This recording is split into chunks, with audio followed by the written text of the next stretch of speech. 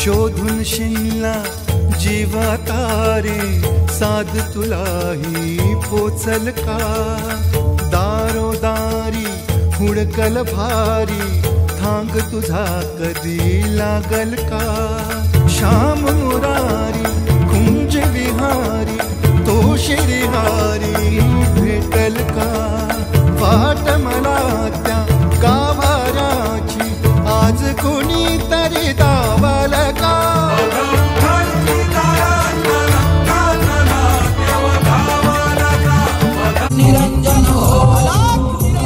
श्री स्वामी समर्थ. आदेश. मी स्वामी सेवक पोतनीस काका विरारच्या मठामधला एक सेवेकरी. आपला मठ जो आहे तो विरारला आहे, गडगापाड्याला. या ठिकाणी स्वामींचा मठ आहे. 2001 मध्ये मठाची स्थापना झाली.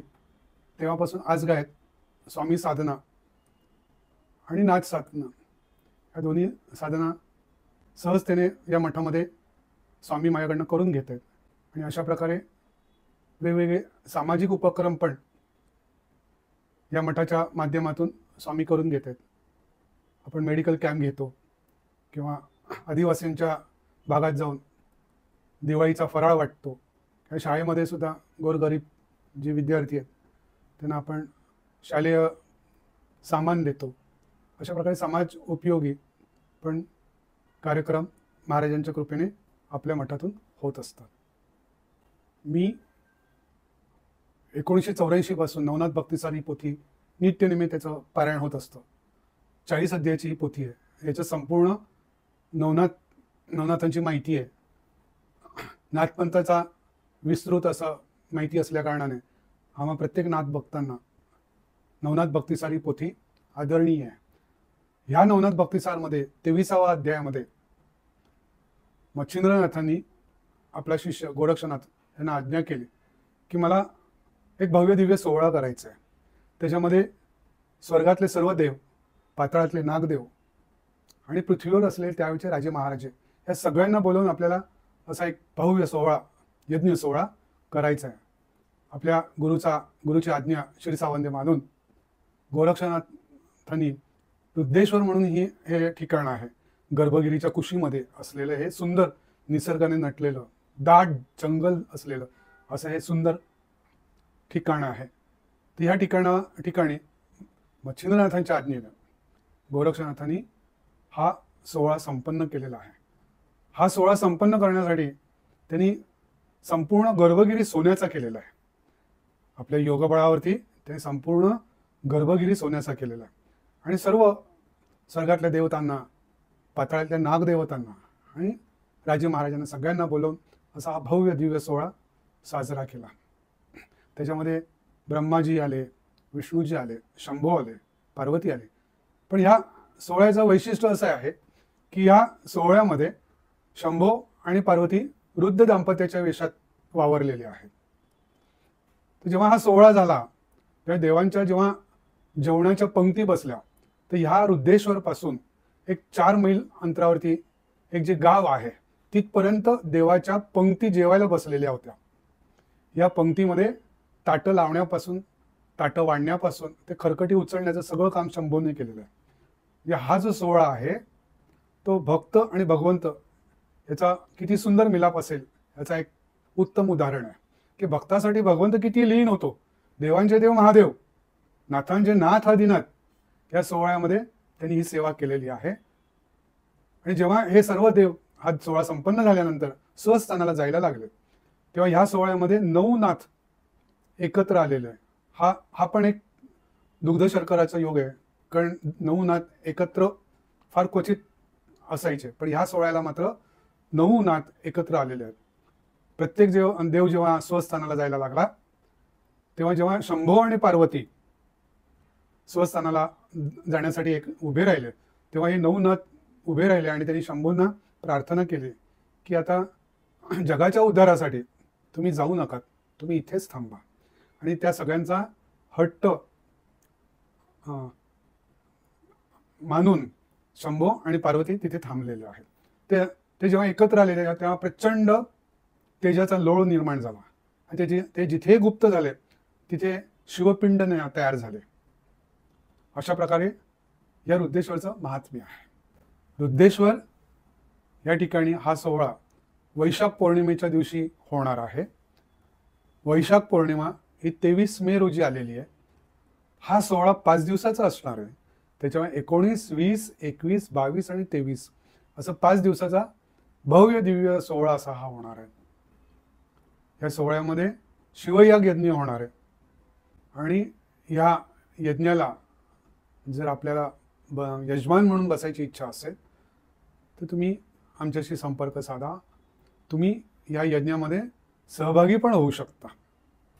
साधारण 1910च्या सुमारास पुण्याचे जे शंकर बाबा आहेत ते या स्थानावरती गेले असावेत, कारण त्यांना पुढेही हे स्थान त्यांना खूप प्रिय होतं. तर ते या स्थानावरती गेलेले होते.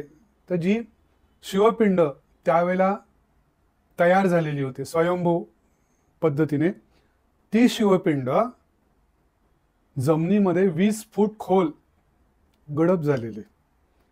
हे शंकर बाबा जेव्हा साधारण 1910च्या सुमारास कधीतरी या ठिकाणी आलेले असतील, त्यांच्याबरोबर त्यांचे परम भक्त म्हणा, शिष्य म्हणा, डॉक्टर धनेश्वर होते. शंकर बाबांनी विशिष्ट मुद्रा करून, अलगचा पुकार करून ही शिवपिंड पुन्हा जमिनीतून बाहेर काढलेली आहे. त्यावेळेला त्यांचे जे शिष्य डॉक्टर धनेश्वर होते त्यांच्याबरोबर त्यांनी बाबांना विचारलं, शंकर बाबांना विचारलं की बाबा, तुम्ही प्रत्यक्ष शिव आहात. ह्या क्षणाला जरी तुम्ही माझ्याशी गप्पा मारत असाल, माझ्यासमोर तुम्ही उभे असलात, तरी पण जगभर तुमची भ्रमंती चाललेली आहे हेही मला ठाऊक आहे. मग ह्या शिवस्थानाचं काय खास महिमा आहे की तुम्ही एवढं जमिनीत गेलेली शिवपिंड परत बाहेर काढलेली आहे? तेव्हा शंकर बाबाच्या मुखातून जे वाक्य आलं की अरे, गोरक्षाने जसा तो सोहळा केलेला होता तसा नाथपंथी सोहळे इथे पुन्हा पुन्हा होणार आहेत.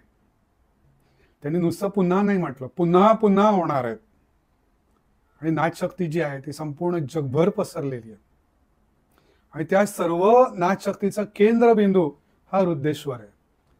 केंद्रबिंदू म्हणजे काय? नाथपंथाची राजधानी ही आहे. या 2 वाक्यामुळे आम्हा सर्व नाथभक्तांना आणि शंकर महाराजांच्या भक्तांना हा रुद्रेश्वर म्हणजे काशीच, ह्या रुद्रेश्वर मध्ये 12 ज्योतिर्लिंगाचा वास आहे. प्रत्यक्ष शिव आणि पार्वती ह्याच्यात आजही आहेत असं बऱ्याच जणांचा अनुभव पण आहे की त्यांना बरेचसे दुर्धर रोग सुद्धा इकडे येऊन त्यांनी जी काही सेवा केली त्याच्यामुळे बरे झालेले आहेत.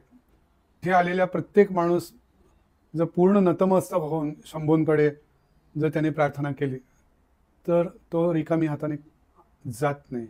हे इकडचं खासियत आहे, खास बात आहे. आणि हे असं एकमेव ठिकाण आहे की जिथे 9 नाथांचा संचार आहे. 9 नाथांची कुलदेवता किंवा आई म्हणा, ही सप्तशृंगीची आई आहे.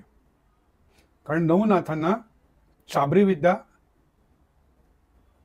ह्या आईकडनं मिळालेली आहे. जेव्हा हा सोहळा झाल्यानंतर एका गुहेमध्ये गोरक्षनाथांनी गहिनीनाथांना बसवलं तपश्चर्येला. आणि त्यांना सांगितलं की मी येईन आणि तुला परत माझ्याबरोबर घेऊन जाईन, तू इथे बसून साधना कर, तपश्चर्या कर. आणि त्याला साक्षीला सप्तशृंगी आई थांबलेली आहे. असा म्हणजे इथे प्रत्येक देवाचं जागृत स्थान आहे. संपूर्ण रुद्रेश्वरच्या आसपास जर आपण बघितलं तर शनी महादेवाचं मंदिर आहे, तेही जागृत आहे. कारण शनी पण आलेले. शंभूंनी त्यांना सांगितलं की तुझ्यामुळे इतरांना त्रास नको, तू आपल्या गावाच्या त्या तिथे कोपऱ्यात जाऊन बस. ते आजही त्या तिथे शनीचं मंदिर आहे आणि तेही लोकांच्या भक्तीला त्याचा प्रतिसाद मिळतो. अशा प्रकारे आध्यात्मिक उच्च स्तर असं एक स्थान म्हणजे रुद्रेश्वर आहे. निसर्गाने तर नटलेलंच आहे. तिथे गेल्यानंतर तर मन प्रसन्न होतं. तिथे गेल्यानंतर ज्याला आध्यात्मिक आवड आहे त्याला खास करून काही ना काहीतरी साधना करावी अशी वाटतेच इथे गेल्यानंतर. असं एक खास स्थान म्हणजे हे रुद्रेश्वर आहे. ह्या सोहळ्यामध्ये आपण सर्व भाविक म्हणजे अन्नधान्य, कारण इथे मुख्य जे होणार आहे ते अन्नदान होणार आहे, त्याच्यामुळे तुम्ही या सोहळ्यामध्ये अन्नदानासाठी धनधान्य अर्पण करू शकता. दुसरं म्हणजे ह्या प्रचंड सोहळ्यामध्ये लोकांची सुद्धा भरपूर मोठी गर्दी असेल. या गर्दी आपल्याला मनुष्यबळाची गरज राहणार आहे, त्याच्यामुळे तुम्ही अशाही प्रकारे या सोहळ्यामध्ये सहभागी होऊ शकतात. आणि हा संपूर्ण जो प्रचंड सोहळा आहे त्याला खर्च पण तितकाच मोठा आहे, त्याच्यामुळे आर्थिक सहाय्य करून सुद्धा तुम्ही या भव्य दिव्य सोहळ्यात सहभागी होऊ शकतात. हा जो सोहळा आहे, ज्याप्रमाणे पंढरपूरला आषाढी एकादशीच्या दिवशी वेगवेगळ्या संतांच्या पालख्या येतात, ज्ञानोबांची येते, तुकोबांची येते, निवृत्तीनाथांची येते, अशा प्रकारे या सोहळ्यामध्ये, आपल्या वृद्धेश्वरच्या सोहळ्यामध्ये 9 नाथांच्या पालख्या त्यांच्या समाधीवरनं येणार आहेत. हे या सोहळ्याचं वैशिष्ट्य आहे. सप्तशृंगी त्याची जी कुलदेवता आहे, नाशिकवरनं सप्तशृंगीवरनं तिची पालखी येणार आहे. आज गिरनारला दर्शन करायला जायचं तर 11,000 पायऱ्या चढाव्या लागतात. ह्या सोहळ्यासाठी, खास या सोहळ्यासाठी गिरनारवरनं पालखी येणार आहे. अशा प्रकारे दुग्ध शर्कराचा, मी म्हणेन अमृतासारखा सोहळा आपल्याला अनुभवायला मिळणार आहे. त्याच्यामुळे या सोहळ्यात आपण सर्वांनी सहभागी व्हा, असं मी खास करून तुम्हा सगळ्यांना नम्र विनंती करतो. आदेश. ह्या सोहळ्यामध्ये आपल्याला यायची इच्छा असेल तर आमच्या खालील नंबरवरती संपर्क करावा. निरंजन अलख निरंजन हो